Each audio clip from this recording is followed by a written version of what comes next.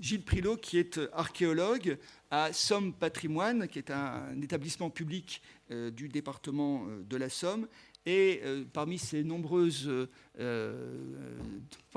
domaines de compétences, il y a en particulier, il était l'un des tout pionniers de cette approche de l'archéologie de la Première Guerre mondiale. Et il a publié un certain nombre d'ouvrages, dont un ouvrage de référence sur le sujet, paru chez Ouest France et réédité à plusieurs reprises, qui montre vraiment que c'était un ouvrage pionnier. Moi, je suis archéologue, donc depuis une trentaine d'années, j'ai intégré les problématiques liées à l'archéologie de la Grande Guerre au cours de mes travaux, spécialisés d'abord dans la proto-histoire et l'époque romaine. En fait, quand on fait un trou un peu partout dans les Hauts-de-France, eh bien, on est obligé de rencontrer des vestiges de la Grande Guerre. Alors qu'avant les années 90, les archéologues négligeaient complètement ce patrimoine, on ne les relevait pas, on ne les enregistrait pas, ils étaient considérés comme des éléments perturbateurs. Et j'ai fait partie de ces quelques premiers archéologues à les avoir intégrés dans nos investigations. Alors moi, j'ai travaillé autour de 3 axes depuis ces 30 dernières années. D'abord, l'héritage toxique de la Grande Guerre. Il faut savoir qu'aujourd'hui, ces chiffres sont consolidés par la protection civile. Il y a encore entre 150 et 200 millions d'obus actifs qui sont encore présents dans notre sous-sol. Je vous invite à lire un ouvrage qui est excellent sur l'héritage toxique de la Grande Guerre de Daniel Hubé, qui fait référence sur cette thématique. Et j'ai beaucoup travaillé également sur les traces rupestres laissées dans les carrières, les souterrains, les muches, les crottes, les creutes, comme on dit chez nous. Il y a plus de 400 cavités connues dans les Hauts-de-France avec des traces laissées par les soldats. Donc j'ai sorti un bouquin en 2018 aux éditions Michalon, Archives de combattants, traces souterraines. Et puis aujourd'hui, ce qui m'amène ici, c'est vous montrer la réalité du terrain, c'est-à-dire comment les hommes sur le front gèrent la mort de masse. Et la question sous-jacente, c'est est-ce que dans les cas, Xavier Boniface parlait tout à l'heure de typologie, donc c'est un petit peu ce que je vais vous montrer, une typologie de cas qui va nous permettre de nous interroger sur la nature ou sur l'absence de rituels funéraires dans certains cas, puisque je vous rappelle, et c'est un chiffre important à avoir à l'esprit aujourd'hui, qu'on sait qu'il y a environ encore sur le champ de bataille, sur les 700 km de front, il y a encore 700 000 corps qui n'ont jamais été retrouvés. Alors, où sont ces 700 000 corps? Comment a-t-on pu égarer ces 700 000 corps? C'est ce que je vous invite à découvrir au cours de cette courte communication. Alors là, vous avez quelques clichés d'époque où on voit qu'effectivement, on a des archives qui permettent de bien mesurer qu'on avait quand même une attention particulière pour, quand on le pouvait naturellement, pouvoir inhumer, traiter les morts de la meilleure façon, et notamment avec la présence d'un aumônier qui permettait de pouvoir pratiquer le rituel comme il devait se faire. Mais voici maintenant des cas de terrain. Alors vous allez voir, c'est des choses qui sont assez surprenantes parfois. Eh bien, nous avons donc des cas un petit peu plus particuliers.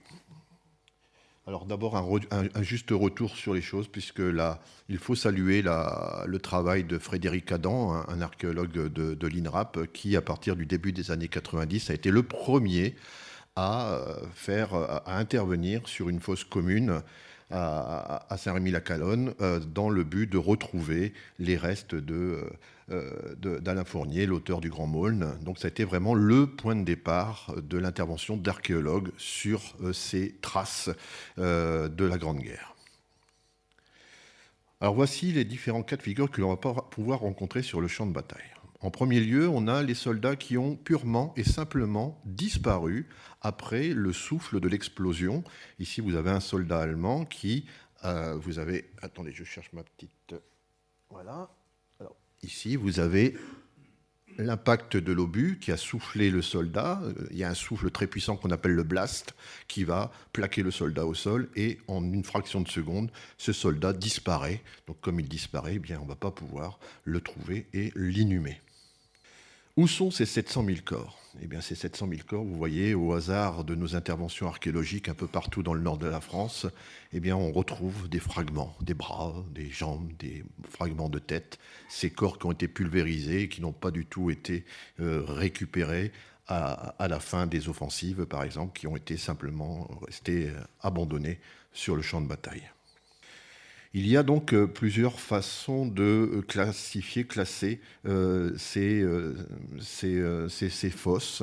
Ici, nous avons donc les corps de 3 soldats britanniques qui ont été poussés après leur mort. On voit très bien que la raideur cadavérique a fait son œuvre, et donc ils ont été poussés du champ de bataille dans ce trou d'obus.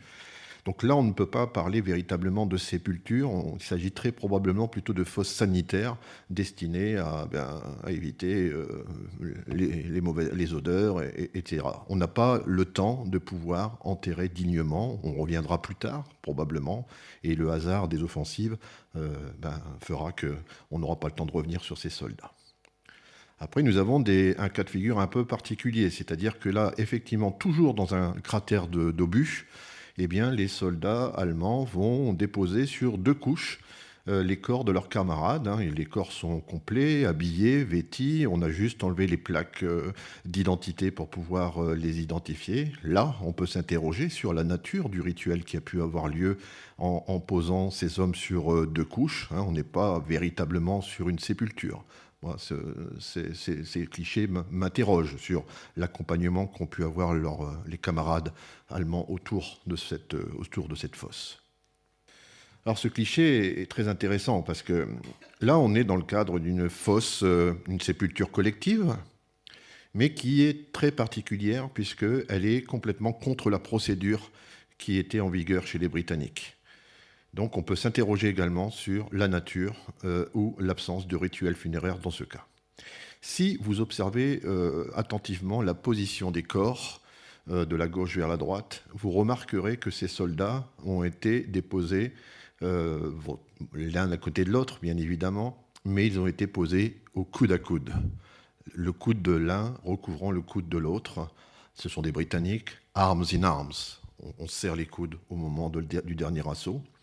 Les enquêtes que l'on a pu faire sur ces soldats nous ont permis de savoir que ces soldats venaient d'un petit port du nord d'Angleterre. Et le surnom de cette unité était les Grimsby Chums, littéralement les potes de Grimsby. Il est possible donc qu'à travers cette évocation d'une chaîne humaine de solidarité, les soldats survivants, les camarades, ont souhaité rappeler la fraternité qui unissait ces hommes. Il faut savoir que chez les Britanniques, lorsqu'on a fait cette découverte, ça a fait vraiment un vrai tollé chez les autorités britanniques, puisque c'était pour la première fois dans l'histoire de leurs archives qu'ils avaient un cas où des soldats britanniques avaient défié l'autorité, et c'était en quelque sorte permis de faire cette mise en scène. Donc ça, c'est aussi, ça interroge sur l'encadrement funéraire de cette fosse. Alors ce qui est toujours très troublant, c'est lorsque on a l'impression de passer la tête à travers le miroir, puisque la War Grave Commission, lorsqu'on a travaillé avec eux sur l'identification des corps, nous a livré ce cliché. En fait, les soldats que vous voyez sur cette unité sont les soldats que l'on a retrouvés à Saint-Laurent-Blangy. C'était durant l'assaut du 9 avril 1917. Donc ça questionne aussi, nous, en tant qu'archéologues, sur la relation qu'on peut avoir, cette relation temporelle proche, quand on retrouve les chaussures en cuir, quand on retrouve des cheveux dans les casques, des choses comme ça. Ça, c'est quelque chose qui est tout à fait particulier. De la même façon, il est toujours très, très important de pouvoir mettre parfois un nom sur un soldat. C'est le cas ici, aux environs d'Arras, où là on a un soldat qui a été enterré. C'est une inhumation. Le soldat a été enroulé dans une bâche. On a retrouvé distinctement autour du squelette les œillets de bâche qui attestent de cet usage. Vous avez un cliché en haut d'époque qui témoigne de cette pratique. Et nous avons découvert sur le corps sa plaque d'identification. C'est un Archibald Macmillan du Royal Scot, un Écossais. Et grâce aux recherches d'archives que l'on a fait en parallèle avec la War Grave Commission, on a pu retrouver les descendants, et notamment le fils. Vous avez en bas à droite le fils d'Archibald Macmillan, qui n'avait jamais connu son père, puisque quand son père est mort, lui avait 2 ans, et à 2 ans, on n'a pas la mémoire, vous le savez. Et il n'avait conservé de son père les dernières lettres qu'il avait envoyées à sa mère. Et nous, sur le corps, on avait retrouvé une petite boîte en métal qui contenait un stylo plume et un encrier qu'on a offert naturellement à ce fils. Donc là encore, ce lien qui est pour nous important quand on arrive à reconnecter la découverte archéologique avec des membres de la famille, c'est quelque chose qui est tout à fait particulier. Alors ça, c'est quelque chose de très intéressant c'est une thématique tout à fait récente, qui est assez bouleversante parce qu'elle va vraiment nous interroger sur le traitement des corps après-guerre. Il y a eu 2 fouilles assez remarquables qui ont été faites à Boultes-sur-Suippe et à Spincourt, il y a un peu moins de 10 ans maintenant. Le cas de Boultes-sur-Suippe va, vous allez voir, nous interroger sur les exhumations après-guerre. Donc Boultes-sur-Suippe, une nécropole composée de 547 corps. Cette nécropole allemande a été, durant le milieu des années 20, je crois 24, si ma mémoire est bonne, a été exhumée pour rejoindre une nécropole nationale. Quelques années passent, et à l'emplacement de ce cimetière déplacé, un petit supermarché va s'implanter. L'archéologie préventive arrive, et le service régional de l'archéologie, qui avait connaissance du déplacement de ce cimetière, demande aux archéologues d'aller vérifier, de faire quelques tests dans les tombes vides, naturellement, afin d'essayer de comprendre comment les exhumateurs s'y prenaient. Quelle était la méthode pour pouvoir extraire et enlever ces corps après-guerre. La grande surprise, c'est que, d'abord, on pensait qu'il n'y avait que des sépultures vides, c'est qu'on est loin de ça. Et là, ça interroge beaucoup sur la nature du travail des exhumateurs. Puisque sur les 547 corps qui étaient référencés, qui ont été déplacés, qui sont aujourd'hui visibles dans une nécropole nationale, un tiers des corps ont été laissés sur place. Donc on voit à peu près avec ce cliché la façon de travailler des exhumateurs, c'est-à-dire grosso modo on allait chercher la tête et le haut des corps, et puis parfois on abandonnait pour partie les corps, voire des corps complets. C'est le cas ici, par exemple. Vous avez des sépultures collectives où tous les corps sont restés sur place. Ainsi que, voilà, ici un très bel exemple où là vous avez une inhumation avec un corps complet qui n'a pas été déplacé. Donc ça veut dire que, quelque part, il y a parfois des familles qui vont se recueillir devant une tombe, et cette fois c'est vide. Alors on pourrait imaginer et se poser la question, alors oui, c'est un cimetière allemand, les exhumateurs étaient français, la haine de l'allemand est peut-être encore très proche, donc peut-être que c'est simplement cette façon-là d'avoir négligé ces soldats allemands. Eh bien, excusez-moi, bien entendu, s'il n'y avait pas eu cette intervention archéologique, eh bien, on serait passé à côté de plus de 1500 objets personnels qui font l'objet d'une étude remarquable. C'est aussi ces témoignages de la vie et de l'urgence de la médecine de guerre qui a permis de renseigner, cette fouille a permis de renseigner, notamment, vous voyez cette bouteille cassée avec un certificat de décès que mettait le chirurgien à la place au niveau des pieds des soldats. Alors oui, donc on pourrait se poser la question sur le fait que ce sont les Français qui ont été exhumateurs et donc peut-être qu'ils se sont mal comportés face à l'ennemi d'hier. Eh bien, quelques années plus tard, et on revient à Frédéric Adam, lui qui avait ouvert les hostilités, entre guillemets, avec la tombe d'Alain Fournier. Et donc c'est Frédéric Adam et son équipe qui, à Spincourt, ont fouillé donc une nécropole provisoire qui avait donc été déplacée, et plusieurs dizaines de corps de soldats français ont été retrouvés. Et comme vous le savez, des nécropoles déplacées, il y en a un certain nombre sur le territoire, et ça interroge fortement sur le nombre de corps qui sont encore sur place. Alors juste un autre exemple d'une sépulture allemande découverte à côté de Vimy. Donc là, vous avez un soldat allemand, une sépulture a été creusée, et puis on a retrouvé tous ses effets personnels, son porte-monnaie, son paquet d'allumettes, sa pipe, une médaille non réglementaire. Malheureusement, il l'a gravée pas assez fortement, et donc on n'a pas pu l'identifier. Il avait un chapelet, un crucifix, et un petit journal religieux allemand qui s'appelait Les Cloches de Teltow, qui est un quartier de Berlin. Et on retrouve cette médaille avec une chaîne en argent qui interpelle forcément, puisque quand on voit quelque chose qui ressemble à une croix gammée sur une sépulture d'un soldat de 1917, on s'interroge. Alors on pourrait toujours dire, oui, mais peut-être qu'un soldat allemand de la Seconde Guerre est passé ici, et puis a trébuché, a fait tomber sa croix gammée. Sauf que la croix gammée est attachée à une chaîne en argent, et la chaîne en argent est autour du cou du soldat. Alors on a fait nettoyer cette médaille, et il y avait une inscription. Et l'inscription, vous pouvez la lire tout à fait ici, qui est tout à fait lisible. On lit Carlsberg, comme la bière. Et là, on n'a pas devant nous une croix gammée, mais c'est le swastika, puisque la brasserie de Copenhague utilisait le swastika comme logo. Donc vous voyez, parfois, l'enquête, les archéologues ont besoin de beaucoup de prudence avant de se lancer dans des interprétations hasardeuses. Et pour finir, je voulais vous montrer cet exemple qui interroge sur des tombes sans corps.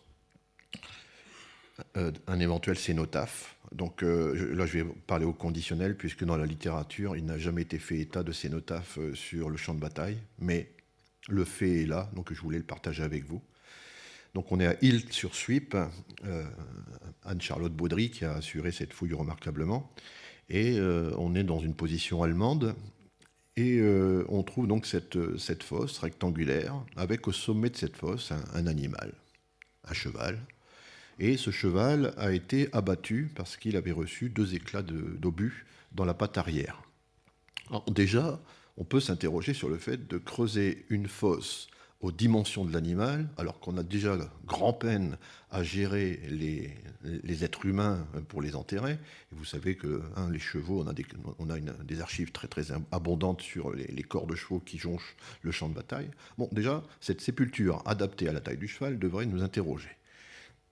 L'archéozoologue Jean-Hervé Vinec a démonté ce cheval, et il y a un second niveau dans la fosse. Dans ce niveau, au fond de cette fosse, un grand tas d'objets de la vie quotidienne ont été enterrés, c'est-à-dire un serre-livre, un nécessaire, un rasoir, un blaireau, une cuvette en faïence pour se raser. Ce n'est pas un dépotoir, ce n'est pas une poubelle, on a déposé les objets complets. Et au centre de la fosse, le crâne d'un animal assez surprenant, puisqu'il s'agit d'un ours. C'est le crâne d'un ours qui était en fait cloué sur un montant de cuir et de bois. En fait, c'est une sorte de trophée de chasse.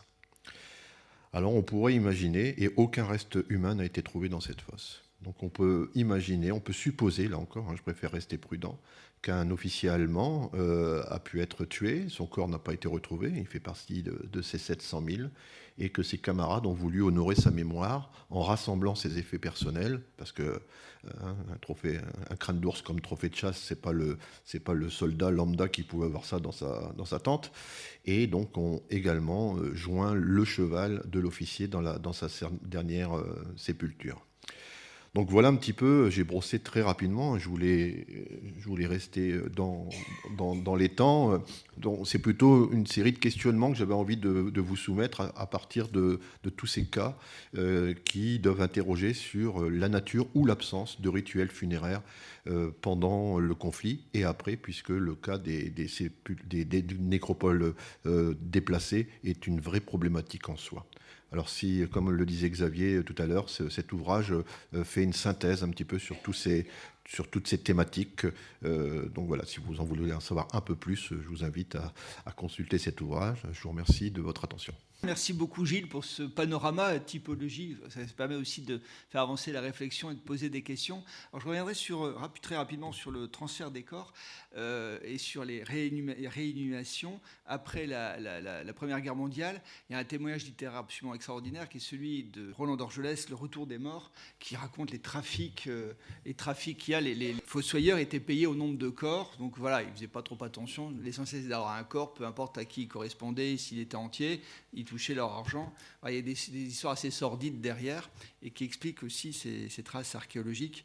Et derrière aussi l'urgence du combat, l'urgence sanitaire, tu l'as rappelé aussi, et différents modes d'inhumation provisoire avec ou sans rituel, peut-être qu'un soldat disait peut-être une petite prière dans certains cas, mais là on n'en a pas nécessairement la trace. Enfin, pas la trace matérielle en tous les cas, éventuellement dans un témoignage, mais c'est également très difficile à trouver.